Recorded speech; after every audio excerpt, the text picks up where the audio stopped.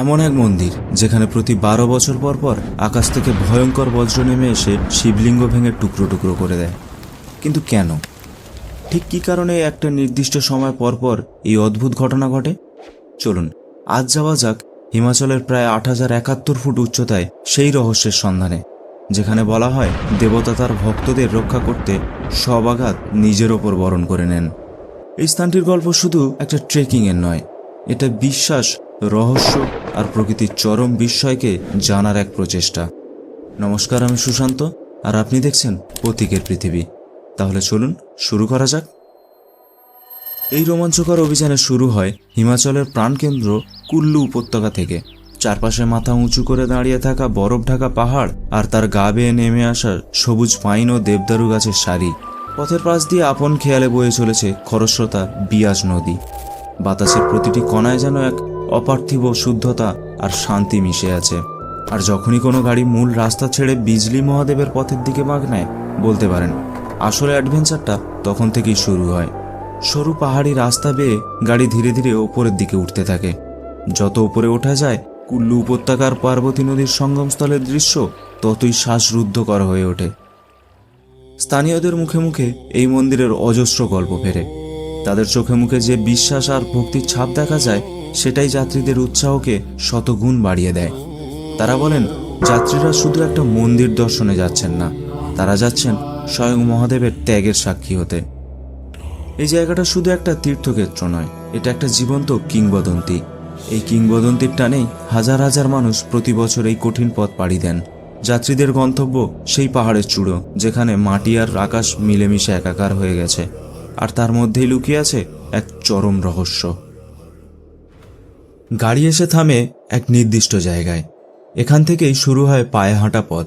প্রায় 3 কিলোমিটারের এই ট্রেকিং পথটাই হলো বিজলি মহাদেবের কাছে পৌঁছানোর শেষ ধাপ। শুরুতে পথটা বেশ সাধারণ মনে হলেও কিছু দূর এগোতেই তার আসল রূপ প্রকাশ পায়। খাড়াই সিঁড়ি আর পাথুরে পথ বেয়ে ওপরে উঠতে হয়।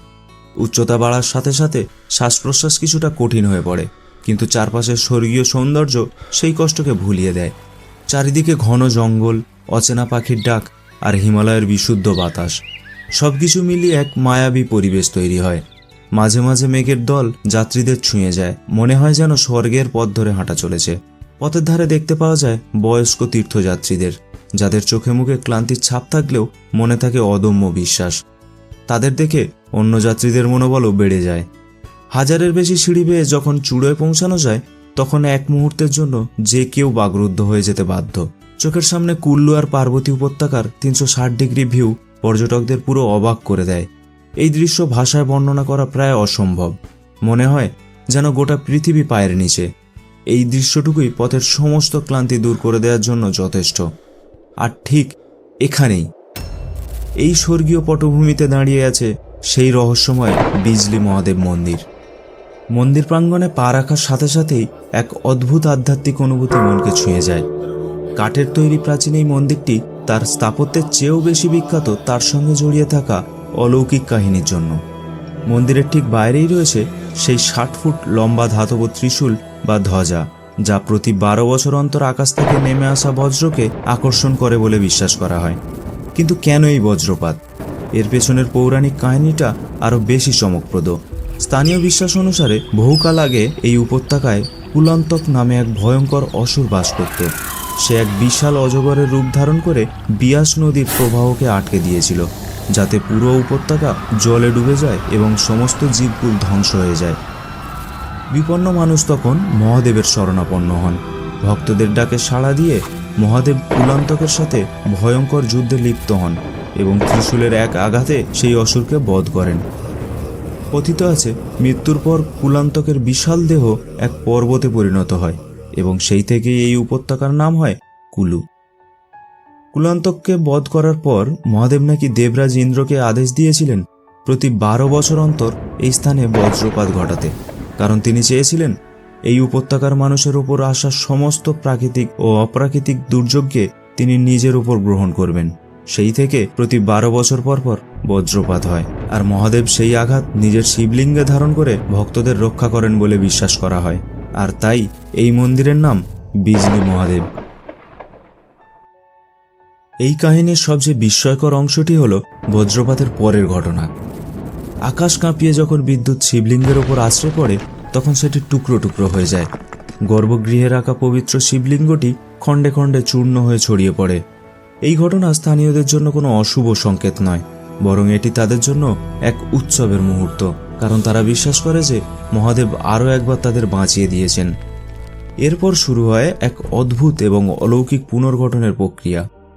মন্দিরের পুরোহিত সেই ভাঙা টুকরোগুলোকে অত্যন্ত যত্ন সহকারে সংগ্রহ করেন। তারপর গ্রামের বাড়ি থেকে সংগ্রহ করা মাখন এবং ছাতু বা ডালের গুঁড়োর মিশ্রণ দিয়ে সেই টুকরোগুলোকে আবার জোড়া লাগানো হয়। এই প্রক্রিয়াটি কয়েকদিন ধরে চলে। পুরোহিত মন্ত্রোচ্চারণের মাধ্যমে মাখনের প্রলেপ দিয়ে শিবলিঙ্গটিকে তার আগের রূপে ফিরিয়ে আনার চেষ্টা করেন।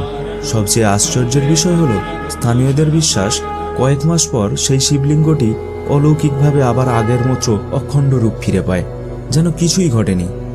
মাখনের প্রলেপ ধীরে ধীরে মিলিয়ে যায় আর শিবলিঙ্গটি সম্পূর্ণভাবে জুড়ে যায়। বিজ্ঞানের চোখে এর একটি ব্যাখ্যা হতে পারে যে মন্দিরের উচ্চতা এবং ধাতব ত্রিশূলের উপস্থিতি বজ্রপাতকে আকর্ষণ করে, কিন্তু একটি পাথরের লিঙ্গ ভেঙে যাওয়ার পর শুধুমাত্র মাখন দিয়ে জুড়ে যাওয়ার ঘটনাটি আজও এক বিরাট রহস্য, যা বিজ্ঞান ও যুক্তির ঊর্ধ্বে এক গভীর বিশ্বাসের জন্ম দেয়। এই কারণে স্থানীয়রা মহাদেবকে ভালোবেসে মাখন মহাদেব বলেও ডাকেন। মন্দিরের চূড়া থেকে নিচের উপত্যকার দিকে তাকালে মনে হয় যেন সময় থেমে গেছে। একদিকে প্রকৃতির রুদ্ররূপ, বজ্রপাতের ভয়ঙ্করতা, আর অন্যদিকে সেই আঘাতকে নিজের ওপর নিয়ে ভক্তদের রক্ষা করার এক ঐশ্বরিক আশ্বাস। এই দুই বিপরীতমুখী অনুভূতির সহাবস্থানই বিজলি মহাদেবকে এতটা অনন্য করে তুলেছে। মন্দিরের ভেতরে এক অদ্ভুত নিস্তব্ধতা, হালকা ধূপের গন্ধ আর পুরোহিতের মৃদু মন্ত্রোচ্চারণ এক ঐশ্বরিক পরিবেশ তৈরি করে। ভাঙা শিবলিঙ্গকে জোড়া লাগানোর পর যখন তাকে আবার পূজা করা হয়, সেই দৃশ্য ভক্তি ও বিস্ময়ের এক মিশ্র অনুভূতি তৈরি করে।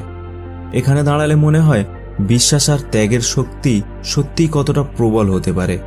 একজন দেবতা যিনি নিজের ওপর আঘাত ছুঁয়ে নেন, এই ধারণাটি ভক্তিকে এক অন্য স্তরে নিয়ে যায়। এই মন্দিরের রহস্য শুধু অলৌকিক ঘটনায় সীমাবদ্ধ নয়, এটি প্রকৃতির শক্তি এবং মানুষের অটুট বিশ্বাসের এক মেলবন্ধন। প্রায় ৮,০৭১ ফুট উচ্চতায় দাঁড়িয়ে যখন মেঘেরা পায়ের নিচে দিয়ে ভেসে যায়, তখন নিজেকে এই মহাবিশ্বের এক ক্ষুদ্র অংশ বলে মনে হওয়াটা স্বাভাবিক। বিজলি মহাদেব শুধু একটা মন্দির নয়, এটি একটি অভিজ্ঞতা যা শেখায় যে ভক্তি আর বিশ্বাস সমস্ত তর্ক বিতর্কের ঊর্ধ্বে। বিজলি মহাদেবের এই অবিশ্বাস্য কাহিনী আপনাদের কেমন লাগলো? আপনি কি মনে করেন, এটা অলৌকিক না প্রাকৃতিক ঘটনা?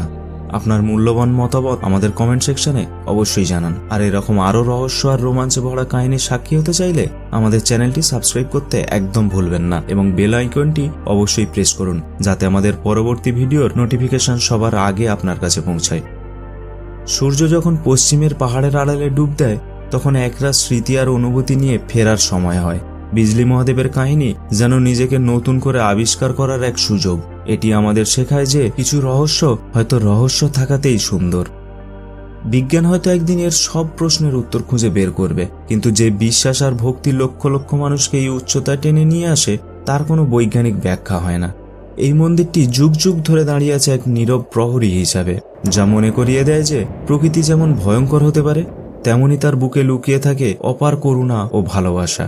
বিজলি মহাদেব শুধু পাথর আর কাঠের একটি কাঠামো নয়, এটি হিমাচলের আত্মা এবং এখানকার মানুষের অটুট বিশ্বাসের প্রতীক। আর সেই বিশ্বাসের জোরেই প্রতি 12 বছর অন্তর ভেঙে যাওয়ার পরেও তিনি আবার ফিরে আসেন অখণ্ড রূপে, অসীম করুণা নিয়ে।